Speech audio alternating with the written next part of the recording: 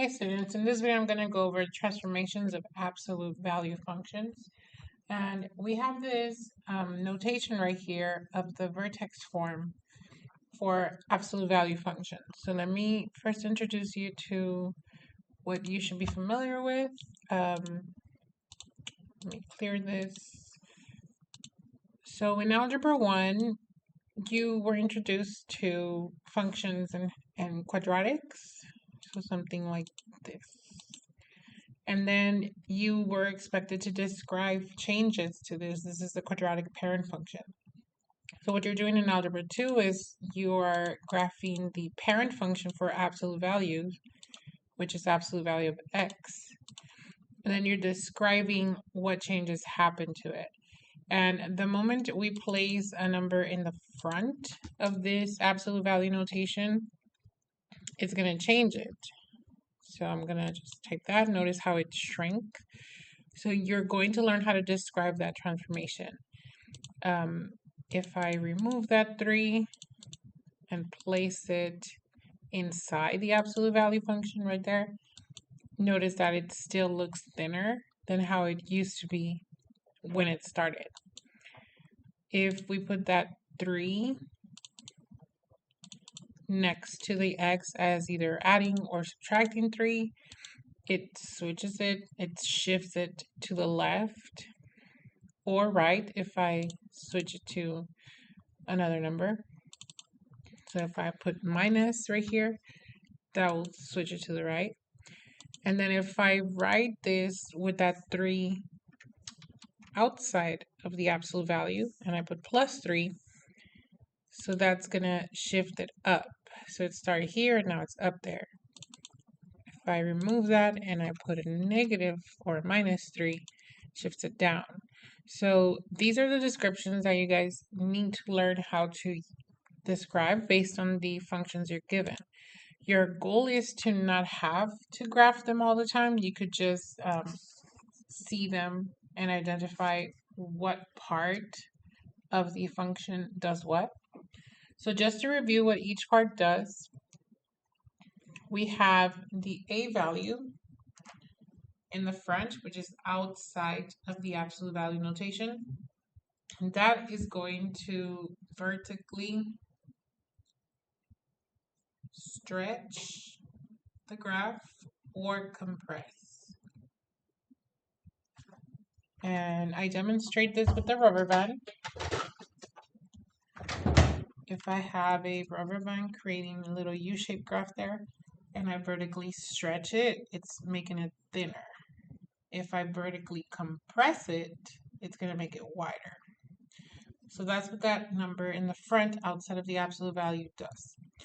This number inside of the absolute value and in front of the x, that one's going to be a horizontal stretch or compression. So it's still going to look like it got thinner or wider. However, your description is no longer going to be vertical. It's now going to be horizontal. So horizontal compression makes it thinner. Horizontal stretch makes it wider. They are opposite descriptions of each other. So you just got to understand if A or B is being affected based on the notation. H is a number that will tell you how it shifts left or right.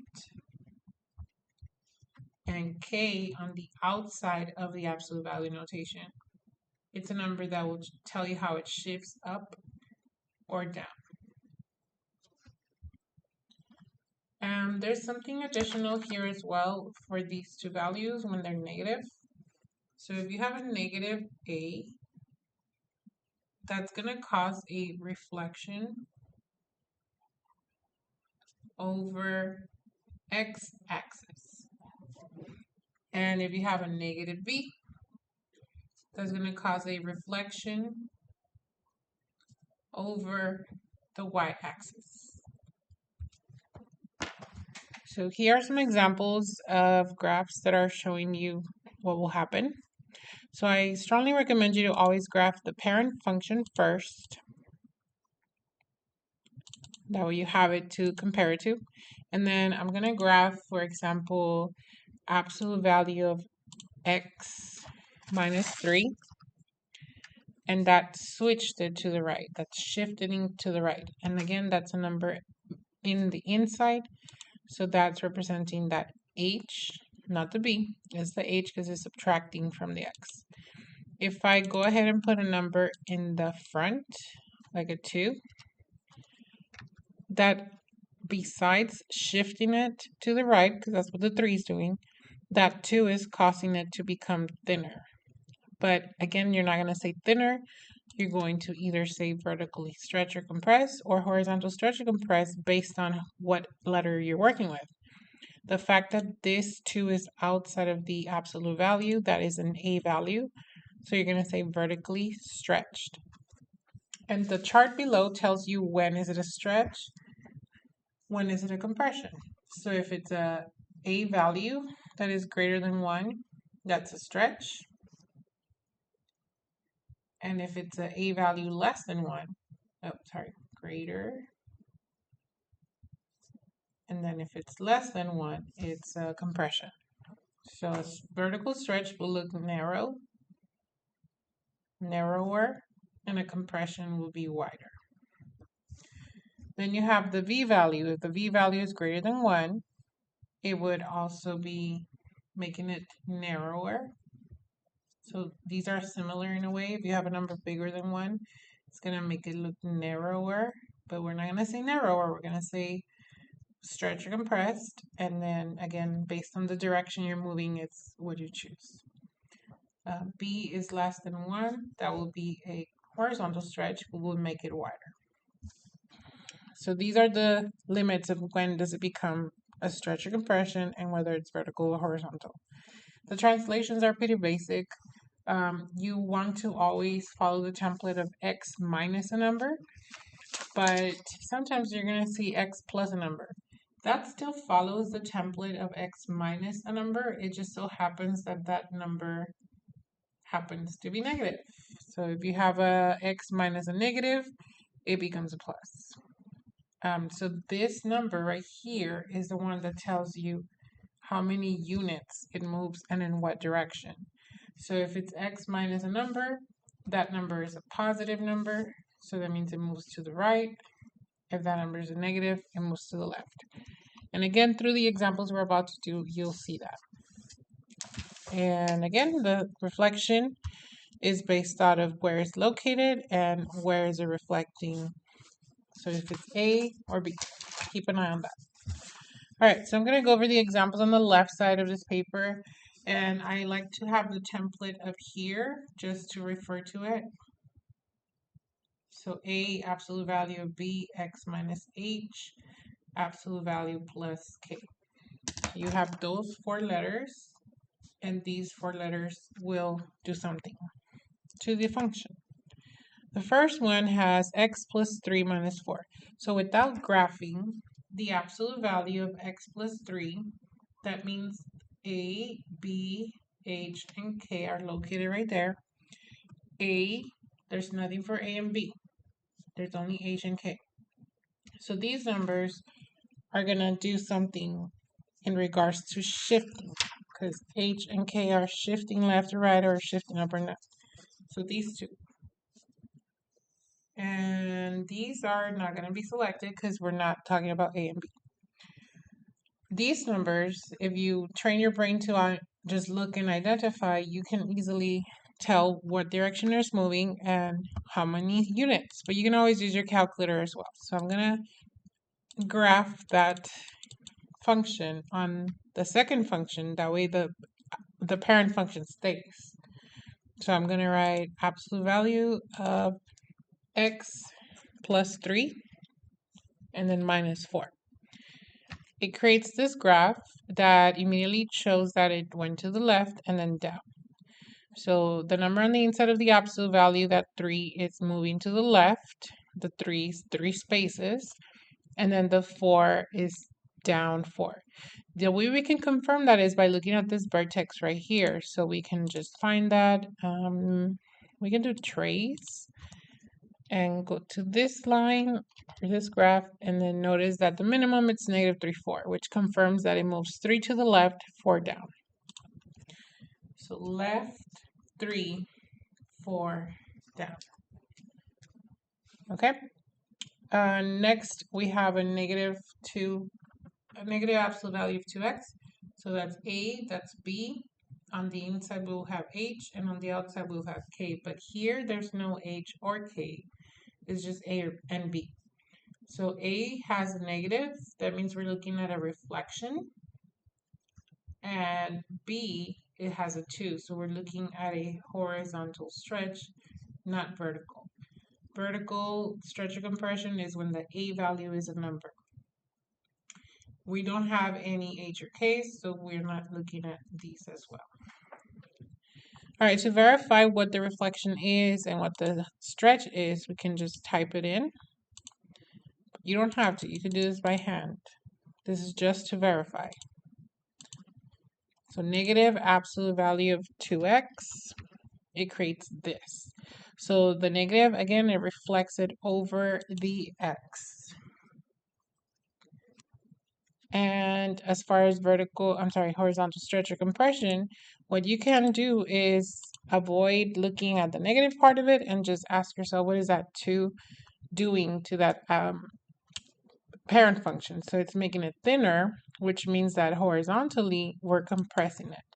We are pushing this horizontally, compressing it inside so it can be thinner. So it's a horizontal compression. Now, by how much? Look back at this table and see that the description is by a factor of 1 over b. So when it's b values, you have to write it by 1 over b. The b is a 2, so we're going to write by 1/2. So it's a horizontal compression by 1/2. All right, next problem we have negative 1/2 on the outside, so that's an a. On the inside, b and h, there's nothing for b and h, and then there's k at the end. So we're looking at identifying what these two things do in regards to the letter A and K. So because it's A, we might have a reflection, we might have a vertical stretch or compression. We're not going to have a horizontal stretch because there's no B or compression. And then H is the shifting left and right, and there's nothing for H. So we're looking at identifying these three descriptions. The more you do this, the more you'll get to know without having to graph whether it's up or down. But for now, let's use the calculator to verify. So I'm going to type negative 1/2 absolute value of x, and then minus 1. So right away, we notice that it reflected over the x. And again, it's a reflection over the x because it's an a value. If it was a b value, it will be over the y. If we remove that negative, we now only look at it as what did the 1/2 do and what is the negative 1 doing. So the fact that it shifted down, that is the negative 1 on the side. And again, we can trace it just to see where did it trace it, where did it shift it? It shifted to 0, -1, so that confirms that it shifted down 1. So down 1. And then the vertical stretch or compression, we can remove the negative 1 and then now just compare the parent function, the blue one, to the new one, which looks like it got wider. So it's an a value. When the a value makes it look wider, we're looking at it vertically. Vertically stretch makes it narrow. Vertically compression makes it wider. So this is a compression, vertical compression. And in the a values, we just write by the a value, by how much. So the a value is 1/2, so we're just going to put by 1/2. All right, 3 more problems. We have here no equation given to us, just a graph. And the fact that this is 0, 0, this is your parent function. So you have to describe what happened to it. So it looks like it reflected, since it's now facing down. So reflected. It looks like it shifted to the right. So we're going to move that it shifted to the right 2 units because now it's right here at 2, 0 instead of 0, 0. And as far as shifting up and down, it did not go anywhere up or down. Okay, so now you understand the descriptions. Now you're going to be given descriptions and you're going to have to write the function. So here, the parent absolute value function is translated 1 unit left.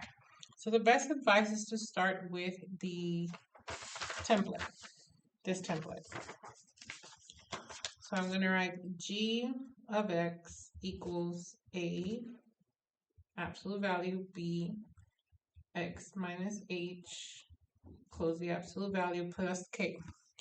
And then based on the descriptions, translated 1 unit left, that's affecting the h. Vertically stretch by a factor of 6, vertical stretch will be an a value change. And then reflected over the x-axis, that's also an a value change. So you don't have a b or a k in this scenario. Now, when it shifts left, you have to be careful with that on how to type it. So let me show you.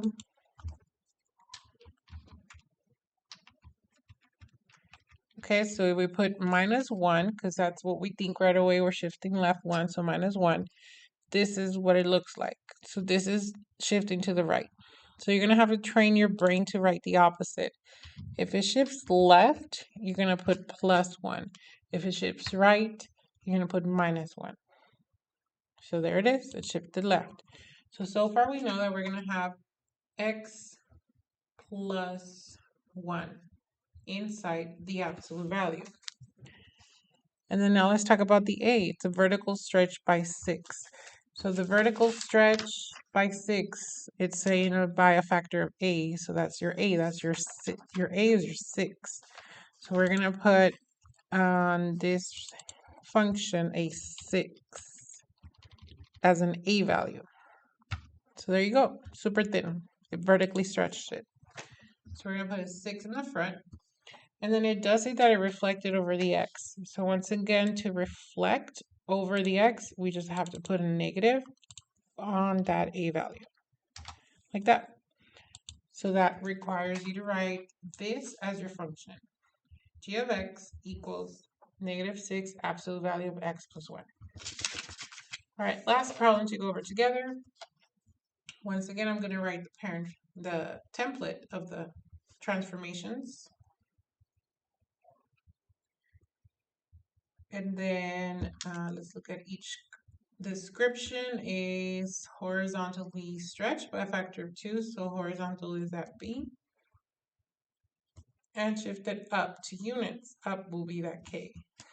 So we're not going to have an a or an h. So g of x equals absolute value. Now this is the tricky part because it's horizontally stretched. We're looking at the b value.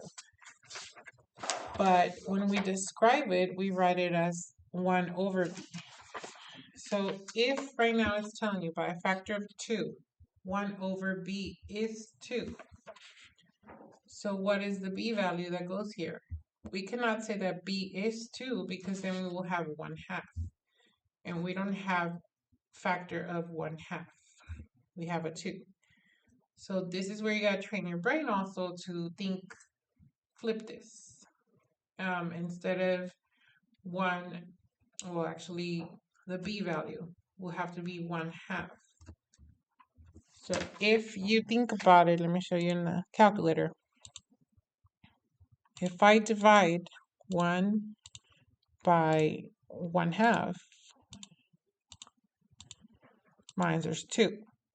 So that means that the b value has to be 1/2 because it's 1 over b. So the b value is 1/2. And then x, close the absolute value. And then shifting up 2 units, we're going to put that as plus 2. So this should be the function to right. So let me graph it.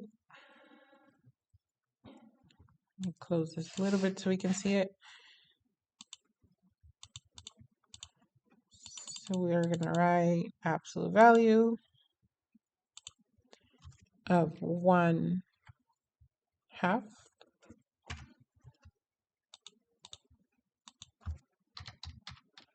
x plus 2. So notice that it's a horizontal stretch, which made the graph wider. If we would have put that 2 in the front, this would have happened. So that, even though it shifted up, let me remove the shifting up. Notice that the 2 would have made it thinner, but a horizontal stretch has to stretch this out. So that's why it has to be a 1/2.